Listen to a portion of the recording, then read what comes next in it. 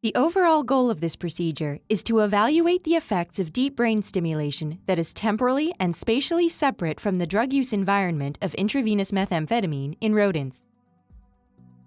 This method can help answer key questions in addiction psychiatry, such as, can electrical stimulation of discrete brain regions decrease drug abuse? And under what circumstances is this therapy most effective?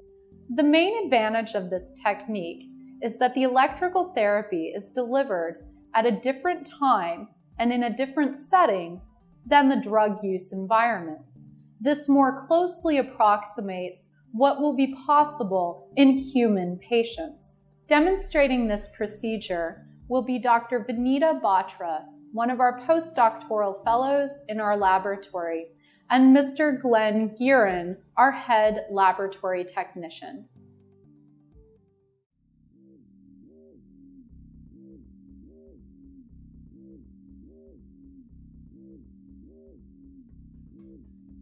Preparations for this experiment are outlined in the text protocol.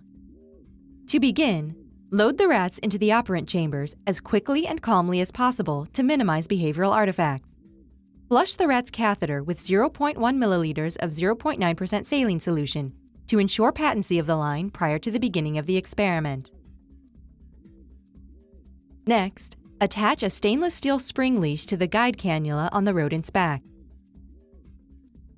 Connect the other end of the cannula to a leak-proof fluid swivel above the operant chamber.